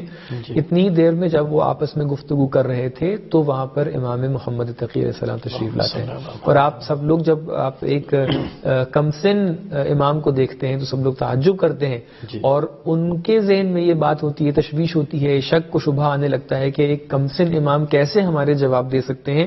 لیکن جب وہ سوال پوچھتے ہیں تو ان کو وہ جواب ملتے ہیں کہ جس کی وہ توقع کر رہے تھے، اور پوری طریقے سے مطمئن ہو جاتے ہیں. تو وہاں سے ان لوگ کو یہ پوری طریقے سے یقین ہو جاتا ہے کہ ہاں یہ سلسلے اوصیاء، یہ سلسلے امام ابھی تک کے سلسلے امامت باقی ہے، اور امام جواد علیہ السلام ہی ان کے امام وقت ہیں. اسی کے ساتھ ساتھ ہم دیکھتے ہیں کہ تاریخ میں کئی مقامات پہ ایسا ملتا ہے کہ امام کے پاس مختلف صحابی آتے ہیں، یا اصحاب کے درمیان یعنی جو شیعہ حضرات اس وقت تھے ان کے درمیان اختلاف ہوتا ہے آپس میں. جو بڑی بڑی شخصیات ہیں وہ لوگ کبھی کبھی گمراہ کرنے والی باتیں کر دیتے ہیں کہ اس وقت کا امام کون ہے ہمیں پتہ نہیں ہے، اور اس کے بعد امام کے پاس تشریف لاتے ہیں. تو امام نے اور بعد میں آنے والے علماء نے امام کی امامت کی بنسبت بہت سے استدلالات پیش کیے ہیں. اگر آپ اجازت دیں تو میں کچھ کی طرف اشارہ کر دوں. قبلہ اگر ہمارے پاس وقت بچتا ہے انشاءاللہ تو ہم حاضر ہوتے ہیں، لیکن ایک بہت اہم موضوع آپ جو ہے چھیڑ کے اور نکل گئے، یعنی چھیڑ کے اور چھوڑ دیا آپ نے، وہ یہ کہ آپ نے فرمایا کہ کم سنی میں اور نوجوانی میں امام علیہ السلام کو جو ہے وہ امامت جیسا عہدہ نصیب ہوتا ہے اور ملتا ہے خدا بند متعال کی طرف سے. تو میں آپ سے جاننا چاہوں گا کہ آج ہمارے لیے، جیسے آپ نے اشارہ بھی کیا تھا کہ ہمارے جوانوں کے لیے بہترین آئیڈیل ہیں امام محمد تقی علیہ السلام، چونکہ سن کا بھی ایک تقاضا ہوتا ہے. یعنی ہر اس میں کہا جاتا ہے نا کہ کوئی بزرگ اگر کہنے لگتا ہے کہ آپ کیا سمجھتے ہیں اس وقت کے تقاضے کیا ہیں اور اس کی ضرورتیں کیا ہیں، آپ جو ہے اس عمر سے گزر چکے ہیں، لیکن ہم امام محمد تقی علیہ السلام کی زندگی کو بہترین نمونہ عمل بنا سکتے ہیں. تو میں یہی آپ سے جاننا چاہوں گا یہاں پہ کہ جوانی کی جو اہمیت ہے اس زمانے کی، اس کے آپ جوانی کے حوالے سے، یعنی جو جوان ہمارے معاشرے میں جو ہماری یوتھ ہیں ان کی بنسبت ایک اتنا اہم موضوع ہے کہ آپ خود بخوبی آپ نے اس کی طرف اشارہ کیا. دیکھیے اسلام کے اندر جوانوں کی بنسبت اور اس عمر کی بنسبت کی جو عمر کے اس مرحلے میں جو جوانی کا مرحلہ ہے اس کی بنسبت بہت زیادہ تاکید ہوئی ہے. ہم لوگوں نے مختلف مقامات پہ یہ حدیث سنی بھی ہوگی کہ مولا علی علیہ السلام نے ارشاد فرمایا کہ ہر بچے کو اس کی نسل کے اعتبار سے اس کی تربیت کرنا چاہیے. ہماری جو نئی نسل ہے، جوانوں کی نسل ہے، وہ ایک الگ دنیا میں ہے. ہمیں اس کو بہت زیادہ درک کرنے کی ضرورت ہے کہ ہم اگر یہ چاہتے ہیں کہ جانیں کہ ہمارے جوان کیا اس وقت سوچ رہے ہیں، ہمارے جوانوں کی کیا ضرورتیں ہیں، تو ان سے جا کے ہمارا رابطہ، ان سے بات چیت کرنا، ان کی فضا میں جا کر ایک مرتبہ محسوس کرنا کہ وہ کیا فیل کرتے ہیں، کیا ریکوائر کرتے ہیں، اس کو بہت ضروری ہے کہ ہم لوگ ان کے ساتھ رہیں، ہمراہ رہیں. بہت سے وقت ہمارا لائف سٹائل ایسا ہو جاتا ہے، ہم لوگ کا زندگی بسر کرنے کا طرز ایسا ہو جاتا ہے کہ ہم لوگ ہو سکتا ہے کہ بعد میں آنے والی جنریشنز جو ہوتی ہیں ان کی بنسبت بہت زیادہ توجہ نہ کریں. ہم کہیں ٹھیک ہے تم اپنا کام کرو اور ہم اپنا کام کریں گے. نہیں, اگر ہم نے یہ کام کرنا شروع کر دیا تو آپ کی نئی جنریشنز کو مانیٹر کرنے کے لیے, آپ کی نئی جنریشن کو آگے بڑھانے کے لیے, ان کو روزانہ شے دینے کے لیے اور صحیح یا غلط راستے بتانے کے لیے بہت لوگ بیٹھے ہوئے ہیں. تو لہٰذا آپ اگر چھوڑ دیں گے تو آپ کے بچے کو کوئی نہ کوئی راستہ مل جائے گا, لیکن ڈرنا چاہیے ہمیں اس دن سے کہ جس دن اس کے ہاتھ میں کوئی غلط راستہ آ جائے. دیکھیے یہ زمانہ ایسا ہوتا ہے کہ بچہ خود تلاش میں ہوتا ہے. بالکل, اسے ایک نمونہ چاہیے, ایک آئیڈیل چاہیے. بالکل, اگر آپ اس کو صحیح نہیں دیں گے تو وہ غلط خود بخود تلاش کر لے گا, اس کو چاہیے کوئی نہ کوئی. تو لہٰذا ہم دیکھیں کہ جب امام جواد علیہ السلام جیسی شخصیت ہمارے پاس موجود ہیں کہ جنہوں نے اپنی پوری عمر جوانی میں گزاری ہے, آپ جوانی میں ہی دنیا سے چلے گئے ہیں, تو لہٰذا ہم بچوں کو امام جواد علیہ السلام کی بنسبت سیرت ان کی بنا کر پیش کر سکتے ہیں کہ بھیا دیکھیے آپ کے پاس ایک ایسے امام موجود ہیں کہ جنہوں نے اپنی پوری عمر جوانی میں گزاری ہے, تو آئیے دیکھیے انہوں نے کیسے علم کے مراحل طے کیے. ہوتا کیا ہے ہمارے یہاں جو یعنی اسوہ حسنہ ہے ان کی کمی نہیں ہے, الحمدللہ ماشاءاللہ پورا ایک خزانہ ہے, لیکن کمی ہوتی ہے پیرنٹس کی طرف سے, جو بزرگان ہیں جو گائیڈ ہیں ان کی طرف سے کمی ہوتی ہے. ورنہ اگر معصوم لیں یا غیر معصوم لیں, جناب علی اکبر جیسی جوانی ہمارے پاس موجود ہے. جناب قاسم علیہ السلام نوجوانوں کے لیے بہترین نمونہ ہے, بہترین نمونہ ہے. ضرورت اس چیز کی ہے کہ ہم آ کر بتائیں کہ انہوں نے زندگی کیسے بسر کی تھی. بالکل, جوانوں سے میں خطاب کر کے کہنا چاہوں گا کہ دیکھیے جس عمر میں اس وقت آپ ہیں, چاہے نوجوان ہوں چاہے جوان ہوں, ہمارے یوتھ جو اس وقت ہیں وہ سب اس چیز پہ توجہ کریں کہ اسلام کے اندر, مذہب حق تشیع کے اندر اس قدر جوانی کے اوپر تاکید ہے کہ رسول اکرم صلی اللہ علیہ وآلہ وسلم اس طریقے سے ارشاد فرماتے ہیں کہ انسانوں کے درمیان اگر کوئی نبی یا رسول آ جاتا ہے تو اس کی فضیلت کتنی زیادہ ہو جاتی ہے. انسان ایک طرف اور نبی اور رسول ایک طرف. ایک جوان اگر اپنی جوانی میں عبادت کرتا ہے تو اس کی عبادت کے ساتھ اس جوان کی فضیلت وہی فضیلت ہے کہ جو ایک نبی اور رسول کی فضیلت دوسروں کے درمیان ہوتی ہے. تو آپ دیکھیے جوانوں کی بنسبت اتنی تاکید. حضرت امیر علیہ السلام اپنے بیٹے کو خطاب کر کے پوری زندگی کے تجربوں کو بتا رہے ہیں. کیوں بتا رہے ہیں؟ تاکہ بتائیں کہ دیکھیے آنے والے جوانوں کے لیے کوئی مشعل راہ رہے.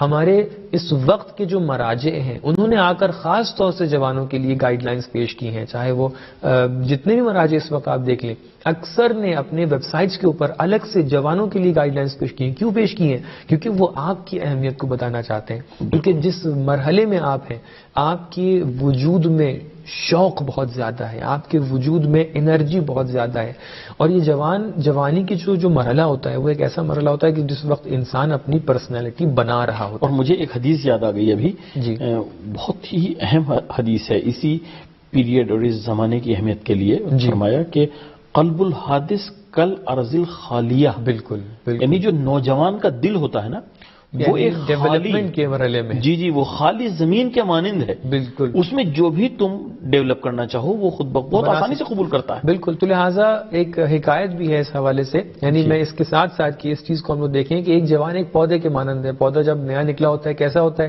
آپ اس کو اس طرف ٹیڑھا کر دیں گے, اس طرف ٹیڑھا ہو جائے گا, ادھر کر دیں گے ادھر ٹیڑھا ہو جائے گا.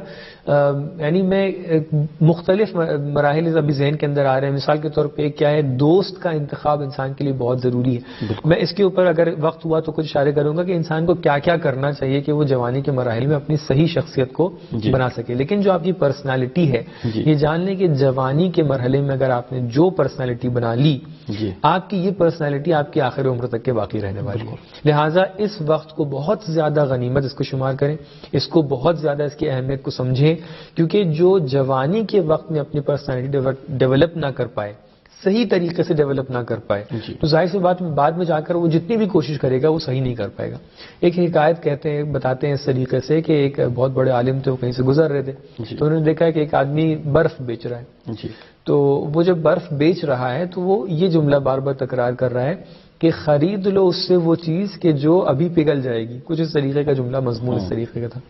تو انہوں نے جب اس کو دیکھا تو انہوں نے سوچا ایک مرتبہ یہ صحیح کہہ رہا ہے, اس کے پاس جو برف ہے یہ اس چیز کو بیچ رہا ہے کہ جو یعنی منٹ ختم ہو رہی ہے. بالکل بالکل. انہوں نے ایک مرتبہ اپنے لیے سوچا کہ اس سے شبیہ میرے پاس کیا چیز ہے کہ جس کو میں بیچ سکتا ہوں یا اس کی اہمیت کو سمجھ سکتا ہوں. تو ان کو سمجھ میں آیا کہ میرے پاس یہ جوانی ہے کہ جو لمحہ بلمحہ پگھل رہی ہے. ہو سکتا ہے کہ ابھی ہماری آنکھ جھپکتے ہی یہ جوانی گزر جائے، ہم سوچیں کہ ہم کل کو تو جوان تھے، آج ہم اس مرحلے سے نکل گئے. کل کو وہ مرحلہ تھا جہاں اپنی پرسنالٹی ڈیولپ کر سکتے تھے، اپنے آپ کو صحیح بنا سکتے تھے، لیکن اب وہ مرحلہ گزر گیا. تو لہٰذا یہ، اور اس کے بعد والا مرحلہ وہ رہے گا کہ جو پیچھا نہیں چھوڑے گا، جو پیچھا نہیں چھوڑے گا، اور انسان تبدیل نہیں ہو پاتا ہے. اس مرزا غالب کا ایک شعر ہے، پوری ربائی ہے ان کی، پہلے 2 مصرے تو مجھے یاد نہیں ہیں لیکن دوسرے 2 مصرے یاد آ گئے. وہ کہتے ہیں کہ جو جا کے نہ آئے وہ بڑھاپا دیکھا، جو جا کے نہ آئے وہ بڑھاپا دیکھا، نہ جو آ کے نہ جائے وہ بڑھاپا دیکھا، جو جا کے نہ آئے وہ جوانی دیکھی. واہ، یعنی بڑھاپا آ جاتا ہے تو جانے کا نام نہیں لیتا، اور جو چلی جاتی ہے اور پھر واپس نہیں آتی وہ جوانی. یہ بالکل وہی ہے جیسے برف پگھل گیا، جب یہ دھیرے دھیرے پگھل رہا ہے وہ ختم ہو گیا. یقیناً ایسے ہی. تو ہم آ کر ائمہ حضرات علیہ السلام کو، خاص طور سے امام جواد علیہ السلام کی زندگی کو سیرت بنائیں. جی بسم اللہ، اگر آپ چاہیں. السلام علیکم. جی بہت شکریہ کال کرنے کے لیے. جی فرمائیے. یہ میں لائیو بول رہا ہوں اس وقت؟ جی بالکل آپ لائیو بول رہے ہیں، آپ بتائیے، آپ کی آواز سن رہے ہیں ہم، اور ناظرین بھی سن رہے ہیں. معاف کیجیے گا، میں ابھی ایک سوال میں نے پہلے بھی کیا تھا، اب یہ دوسرا میرا یہ سوال ہے کہ اب یہ آپ کچھ نماز کی امامت کا بھی ذکر کر رہے تھے، تو اس میں ایک منیمم ایج کا کوئی ذکر کریں کہ کتنی عمر کا آدمی جو ہے امامت کر سکتا ہے؟ کوئی اس میں عمر کا کوئی تعین ہے، یعنی 17 18 یا بالغ عمر میں کون سی عمر کا شخص جو ہے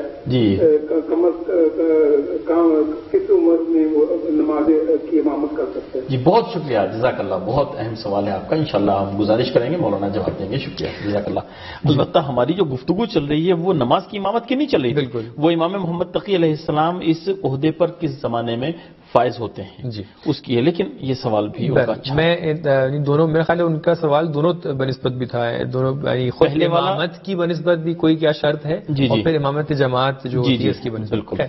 تو میں ان دونوں طرف اشارہ کرتا ہوں. ہم لوگ گفتگو میرے خیال ہے مکمل نہیں ہو پائے گی. میں اس کو کہیں تو اس کو روکتے ہیں ابھی، پہلے ان کا جواب دیں. اچھی بات ہے. دیکھیے امامت مین ہمارے یہ ناظرین ہیں، ان کے سوالات، ان کے جوابات، ان کے دعائیں یہ بہت اہم اہمیت. امامت کے حوالے سے دیکھیے خود ائمہ طاہرین یا کل ملا کے آپ اگر دیکھنا چاہیں تو جو منصب الہی ہے، منصب الہی کے لیے اللہ تعالیٰ نے جو صلاحیت دیکھی ہوتی ہے اس کا تعلق کوئی انسان کی عمر سے نہیں. صحیح. ہمارے پاس ایسے بھی اولیاء اللہ یہ منصب الہی کے لیے ہے، یعنی یہ امامت جماعت کو نہ سمجھیں بھی. جی بالکل. منصب الہی کے لیے ہمارے پاس جناب عیسیٰ جیسی شخصیت ہیں کہ جو آغاز تولد میں، اسی لمحے میں جب ان کا تولد ہوا ہے، جب ان کی ولادت ہوئی ہے، آپ وہیں پر آ کر یہ ارشاد فرما رہے ہیں کہ انی عبداللہ آتانی کتاب وجعلنی نبیہ، کہ اللہ تعالیٰ نے مجھے کتاب نصیب دی ہے اور مجھے نبی بنایا ہے اور میں اللہ کا بندہ ہوں، وغیرہ وغیرہ. جناب یحییٰ کے بارے میں ہے کہ ان کو کم سنی میں کیا عبارت میں ہے کہ حکمت، ہاں وہ آتیناہ الحکم صبیہ، کہ ہم نے ان کو جو ہے بچپنے میں، وہ آتیناہ الحکم صبیہ، ان کو بچپنے میں ان کو حکمت عطا کی ہے. یہاں سے حکم سے مراد وہی نبوت ہے. یا جناب سلیمان کے لیے تاریخ میں اس طریقے سے ملتا ہے کہ جناب سلیمان کو بھی کم سنی میں آ کر جو ہے نبوت ملی ہے. جناب داؤد کے اوپر اللہ تعالیٰ نے وحی نازل کی. یہ میں کہاں سے آپ کو جواب دے رہا ہوں، وہ بحث جو ہم لوگ کی رہ گئی تھی کہ امامت کے جو امام نے خود جواب دیے ہیں کہ کیسے کم سنی میں آپ کو امامت مل سکتی ہے، وہاں پر امام نے اس کو تفصیل سے بیان فرمایا ہے. تو ایک یہ مرحلہ تھا. اس کے علاوہ آپ دیکھیں خود امام علی علیہ السلام کی جو وزارت ہے، جو آپ وزیر رسول خدا بنے ہیں، وہ تقریباً 9 سال کی عمر میں آپ کو وزارت رسول خدا صلی اللہ علیہ وسلم ملی. اور اس کے علاوہ دوسرے نمونے بھی ہمارے پاس موجود ہیں کہ جو ہم دیکھ سکتے ہیں کم سنی میں. آپ خود امام زمانہ علیہ السلام کی بنسبت دیکھیں، آپ کو 5 سال میں امامت ملی. تو لہٰذا ائمہ طاہرین علیہ السلام کی بنسبت، کیونکہ وہ معصوم ذات ہیں اور اللہ تعالیٰ ان کو منصب دے رہا ہے، ہم ان کو سلیکٹ نہیں کر رہے ہیں، اللہ تعالیٰ سلیکٹ کر رہا ہے. لہٰذا یہ اللہ تعالیٰ کے اختیار میں ہے کہ وہ ایک دم اپنے ان کی ولادت کے آغاز سے ان کو یہ منصب دے دے یا بعد میں دے. حالانکہ عام طور سے ہوتا ہے کہ جس شخصیت کو یہ منصب دیا جاتا ہے وہ آغاز ولادت سے ان کے پاس یہ منصب ہوتا ہے، کچھ مختصر وقفے کے بعد ظاہر کرتے ہیں. بالکل. لیکن اچھا اب ان کی بنسبت اگر کوئی امامت ہے، امامت جماعت ہے، تو وہ بچپن میں بھی امام جماعت پڑھا سکتے ہیں، یعنی بلوغ سے پہلے کا امام پڑھا سکتا ہے، امام کی بات جو معصوم امام ہے، یعنی جو معصوم لیکن ہم میں جو امامت کرانا چاہتا ہے، لیکن ہمارے درمیان جو ہے بلوغ کی شرط عام طور سے لگائی جاتی ہے، حالانکہ مراجع کے اندر تھوڑا سا اس مسئلے کے اندر غیر بالغ کی بنسبت بھی کبھی کبھی جماعت صحیح ہوتی ہے، تو اس کے لیے آپ جو ہے جو آپ کے جس کی تقلید آپ کرتے ہیں ان کی بنسبت ہمارے ناظر جو ہے رجوع کریں اور دیکھ لیں کہ امامت جو ہماری جماعت کا امام ہوتا ہے اس کے شرائط کے اندر بلوغ شاید انہوں نے رکھی ہے یا نہیں رکھی ہے، عام طور سے رکھی جاتی ہے کہ جو تو بلوغ یعنی کم سے کم 15 سال کے اعتبار سے جو بتایا جاتا ہے اس کے بعد وہ امامت، لیکن اگر بچے کرنا چاہ رہے ہیں کسی کی بچے نماز پڑھ رہے ہیں تو بچوں کی بچہ بھی کرا سکتا ہے، جی بالکل۔ اب جوانی کی اہمیت، جی ہم لوگ کے موضوع بہت زیادہ آپس میں ایک موضوع سے بالکل لیکن انشاءاللہ ناظرین اس چیز کو سمجھ رہے ہیں کہ ہماری ایک گفتگو چلتی ہے، پھر جب ان کا کوئی سوال آتا ہے ہمارے ناظرین کا تو ہم اس کو جواب دیں۔ تو ہم لوگ جوانی کے اعتبار سے جوانی کے حوالے سے بات کر رہے تھے کہ جوان اپنی جوانی کو اس مرحلے کو بہت زیادہ اس کی اہمیت کو سمجھے اور کچھ ایسے کام ہیں کہ وہ اگر انجام دیں، اگر ان چیزوں کے اندر آ کر اپنا کوئی آئیڈیل سلیکٹ کریں، خاص طور سے اہل بیت علیہ السلام کے درمیان میں سے آئیڈیل سلیکٹ کریں تو وہ بہت جلدی کامیابی تک کے پہنچ سکتے ہیں۔ سب سے پہلا مرحلہ یہ ہے کہ ہمارے جوان کوشش اور محنت کو اپنا ایک طریقے سے سرلوہا بنا کے چلیں، بے شک، یعنی ہم اپنی زندگی میں یہ طے کر لیں کہ ہمیں اپنی زندگی کے اندر محنت کرنی ہے۔ جو بھی انسان محنت کرتا ہے وہ اس کا نتیجہ دیکھتا ہے، اور محنت اگر نہیں کرے گا انسان اپنی زندگی میں، اگر وہ کاہلی اپنا لے گا اپنی زندگی میں، سوچے کہ ہمیں محنت نہیں کرنا ہے، ہم تو اتنے پر ہی رک جائیں گے، کھانے ہو جائیں گے وغیرہ وغیرہ، یہ انسان کی زندگی میں ترقی کے لیے رکاوٹ ہے۔ اگر ہم دیکھنا چاہتے ہیں کہ کیسے، دیکھیے میں نے اشارہ بھی کیا کہیں اور کے اوپر بھی اس طریقے سے کہ جب ہم ایک قدم بڑھاتے ہیں، جب ہم اللہ کے راستے میں یا اپنی زندگی کے لیے بھی جب ہم ایک قدم آگے بڑھاتے ہیں تو اللہ تعالیٰ ایک برکت بھی ہمیں نصیب کرتا ہے اور ہمیں ترقی کے راستے ہمارے سامنے دکھاتا ہے۔ لیکن جب ہم خود اپنی طرف سے کوئی حرکت نہیں کریں گے، ہم خود اپنی طرف سے کوئی قدم نہیں بڑھائیں گے تو اللہ کی طرف سے بھی کوئی برکت نہیں آئے گی۔ دوسرا قدم جو بہت زیادہ اہم ہے، جس کے لیے ہم لوگ امام جواد علیہ السلام کی زندگی کو اپنے لیے ایک طریقے سے مشعل راہ بھی بنا سکتے ہیں، وہ ہے علم، تعلیم اور تعلم۔ یعنی ہم لوگ اگر یہ چاہتے ہیں کہ لوگوں کے درمیان، وہ کیا کہتے ہیں کہ اپنا سکہ بنوانا چاہتے ہیں، اگر ہم یہ چاہتے ہیں کہ لوگ ہمارے اوپر کاؤنٹ کریں، وہی جو آپ نے آغاز سخن میں کہا تھا نا امام محمد تقی علیہ السلام کی حدیث سے کہ اگر اپنی مقبولیت بڑھانا چاہتے ہیں، بالکل اگر ہم یہ چاہتے ہیں کہ اپنے سماج میں لوگ یہ کہیں کہ ہاں یہ وہ بندہ ہے کہ جس سے ہمیں سیکھنا چاہیے، یہ وہ بندہ ہے کہ جس کو اس کے اوپر ہم کاؤنٹ کر سکتے ہیں، جو بھی کوئی کام ہو، ہمارے معاشرے میں بہت سے لوگ ایسے ہوتے ہیں کہ جو کہتے ہیں یہ ایک ایسا بندہ ہے کہ جو ہر کام میں ہمارے لیے مدد کر سکتا ہے، یہ کام جو ہے یہ بندہ جو ہے کام کا بندہ ہے۔ اگر ہم چاہتے ہیں کہ اس طریقے سے بنے کہ سب لوگ ہمارے اوپر کاؤنٹ کریں، ہمیں ایک معتبر شخصیت سمجھیں، تو ہمیں امام جواد علیہ السلام کی علمی شخصیت کے اوپر ہمیشہ ایک نگاہ رکھنی چاہیے۔ امام جواد نے اس مختصر سی مدت میں 25 سال کی عمر میں، جی بسم اللہ کا یہ ایک ہم کال اور لے لیتے ہیں۔ السلام علیکم۔ جی السلام علیکم۔ وعلیکم السلام ورحمۃ اللہ، جی فرمائیں۔ جی میں معذرت چاہتا ہوں، میں اس قیمتی وقت میں آپ کو میں نے زحمت دی ہے، کوئی بات نہیں۔ یہ ہے کہ قبلہ تقوی صاحب سے آپ جتنا زیادہ سے زیادہ استفادہ حاصل کر سکیں، ان کو ٹی وی پروگرام پہ لایا کریں۔ کتنے پیارے اور اچھے انداز میں یہ یوتھ کے لیے انہوں نے گفتگو کی ہے، مولا آپ کو اور ان کو اپنے حفظ و امان میں رکھیں۔ بہت شکریہ، بہت شکریہ، جزاک اللہ، خدا بند مطالعہ آپ کو بھی حفظ و امان میں رکھے، اپنے انشاءاللہ آپ کی نیک حاجات پوری فرمائے، جزاک اللہ۔ جی آپ کا شکریہ ادا کر رہے ہیں۔ یہ ہماری طرف سے کوئی ایسا کوئی خاص کام نہیں ہے، بزرگان نے اور جو اساتذہ ہیں ہمارے، انہوں نے جو باتیں بیان کی ہیں، جو بہرحال کتب میں باتیں لکھی ہوئی ہیں، وہ میں آپ تک کے منتقل کر دیتا ہوں، اور یہ آپ کی حسن نظر ہے کہ آپ لوگوں نے بہرحال اس چیز کو پسند کیا۔ انشاءاللہ کوشش یہ رہے گی کہ وہ باتیں آپ کے سامنے پیش کی جائیں جو آپ کے لیے فائدے مند ثابت ہوں۔ جی بالکل۔ تو میں اپنی بات کو خالی مکمل کر لوں کہ مجھے نہیں پتا کہاں تک کی گفتگو پہنچی تھی. جی بس اب بالکل آپ ایک پیغام دے دیجیے جوانوں کے لیے. میں بس یہ آخری پیغام دینا چاہتا ہوں کہ امام جواد علیہ السلام کی زندگی, مختصر زندگی, 25 سال کے اندر آپ کی شہادت ہو گئی ہے. ہم لوگ امام جواد علیہ السلام کی زندگی کو اپنے لیے ایک مشعل راہ بنا سکتے ہیں, اور جتنا زیادہ علم کے اوپر امام نے کوشش کی ہے, آپ نے اس مختصر زندگی میں ان شاگردوں کی تربیت کی ہے کہ جنہوں نے بعد میں جا کے ایک مفصل ترین کتابوں کی تالیف کی ہے. جناب زکریا بن آدم جو یہاں پر قم میں کہ وہ امام جواد علیہ السلام کے شاگردوں میں سے ہیں, اور مختلف شاگرد علی بن مہزیار ہیں جو بہت زیادہ مشہور شاگرد ہیں, ان سے بہت سی روایتیں بھی ہیں. اس کے علاوہ امام نے جو مناظرے کیے ہیں, یعنی علم کی وہ کیفیت, دیکھیں امام کا ایک علم لدنی ہے, وہ تو اپنی جگہ پر ہے, لیکن امام کی جو کاوشیں ہیں, آپ یہ نہیں کہہ سکتے ہیں کہ علم لدنی ہے اس کا مطلب آپ کو کاوش بھی آ گئی ہو. نہیں, جو امام نے کاوش کی ہے, جو امام نے محنت کی ہے, جو جا کر اس بات کیا ہے کلمت الحق کو, جو صحیح بات کو لوگوں تک کے پہنچایا ہے, یہ سب امام کی زحمتیں ہیں, محنتیں ہیں کہ جن کو ہم اپنے لیے آئیڈیل بنا سکتے ہیں. تو لہٰذا ہماری گزارش یہی ہے کہ ہماری یوتھ جو ہے, ہمارے جوان جو ہیں, وہ امام محمد تقی علیہ السلام کو آج سے نوے امام کو اپنے لیے آئیڈیل بنائیں کہ جب تک کہ ہم جوان ہیں ہم امام کی زندگی کو پڑھیں گے اور ان کی زندگی کے اندر جو درس موجود ہیں اس کے اوپر عمل کریں گے. جب تک ہم جوان ہیں امام جواد ہمارے امام ہیں انشاءاللہ. ان کی بہت اچھا سلوگن, اچھا جو آپ نے وہ بنا دیا ہے, جب تک کہ ہم جوان ہیں امام جواد ہمارے امام ہیں. بالکل. قبلہ اب چونکہ آخر میں ہمارے ناظرین منتظر ہیں, اور ظاہر ہے ہم بہت سے لوگوں کی کال یہاں پہ جو ہے کبھی کبھی لائن بزی رہتی ہے, کچھ دوسری مشکلات کی وجہ سے رابطہ نہیں ہو پاتا, اور جنہوں نے کال کی ہم ان کے سب کے شکر گزار ہیں. لیکن آپ سے گزارش کریں گے کہ تمام ناظرین کے لیے, تمام مومنین کے لیے, اور ہمارے لیے بھی جتنے مریض ہیں سب کے لیے آپ دعا فرمائیں. بسم اللہ الرحمن الرحیم. الہی بحق فاطمہ و ابیہا و بعلہا و بنیہا والسر المستودع فیہا.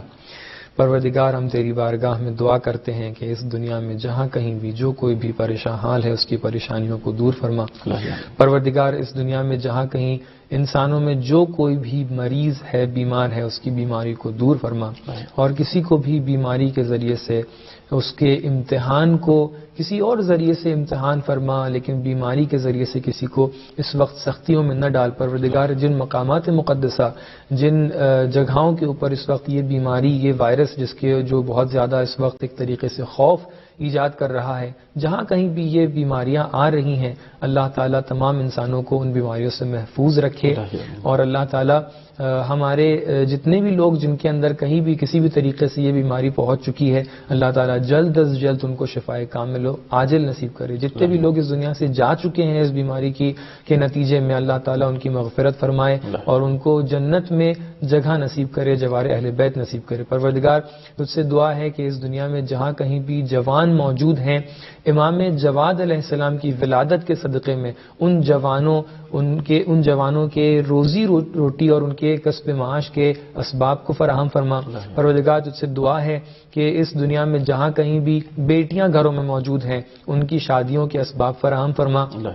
پروردگار تجھ سے دعا ہے کہ اس دنیا میں جہاں کہیں بھی شیعان حیدر کرار موجود ہیں ان سب کی جان مال عزت و آبرو کو محفوظ فرما, اور ہم سب کو محمد و آل محمد کا محب بنا, ان کا تابع بنا, ان کا شیعہ بنا, اور ہماری نسلوں میں ان کی محبت اور ان کی اتباع کو ہمیشہ باقی رکھ. پروردگار ان سب دعاؤں کے درمیان ایک دعا یہ بھی ہے کہ ہمارے وقت کے امام کے ظہور میں تعجیل فرما, ہمیں ان کے آوان و انصار میں سے شریک فرما, ہمیں توفیق دے کہ ہم ان کے بتائے ہوئے راستے پر چل سکیں, ہمیں توفیق دے کہ ہم تیرے بتائے ہوئے راستے پر کہ جو تو نے اپنے اولیاء اور ائمہ طاہرین علیہ السلام کے ذریعے سے ہم تک کے پہنچائے ہیں, ان سب راستوں کے اوپر عمل کر سکیں, چل سکیں, اور ہمیشہ اس راستے پر پابند رہیں انشاءاللہ. بہت شکریہ, جزاکم اللہ. آپ سے اجازت چاہتے ہیں, خداوند متعال آپ کو صحت و سلامتی عطا فرمائے. بہت شکریہ, آپ سے اجازت چاہیں, خدا حافظ. ناظرین, بہت اہم گفتگو رہی ہمارے مہمان کی, اور ظاہر آج جشن تھا, اور یہ امید یہ ہے کہ آپ نے کچھ اور ہم نے بھی اپنے لیے جو ہے حاصل کیا ہو. امام علیہ السلام کی زندگی خالی سننے تک محدود نہ ہو, بلکہ ہم اپنے لیے اس کو عملی نمونہ بنائیں, اس کے اوپر ہم عمل کریں. خاص طور پر جوانوں کے لیے جو پیغام دیا ہمارے مہمان نے کہ جوانی کی اہمیت بہت زیادہ ہے. ایک حدیث ہے جس میں کہا جاتا ہے کہ خاص طور پر آپ سے جوانی کے بارے میں سوال کیا جائے گا, یوں تو زندگی کے بارے میں سوال کیا جائے گا کہ کس چیز میں تم نے اپنی زندگی کو صرف کیا ہے, لیکن خاص طور پر جوانی کے بارے میں سوال کیا جائے گا کہ تم نے جوانی میں کون سے کام انجام دیے ہیں.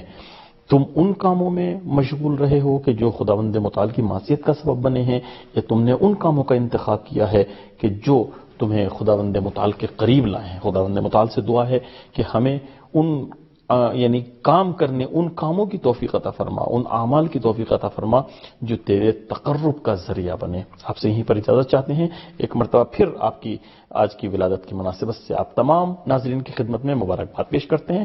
اپنا خیال رکھیے گا، ہمیں دعا میں یاد رکھیے گا. خدا حافظ، فی امان اللہ.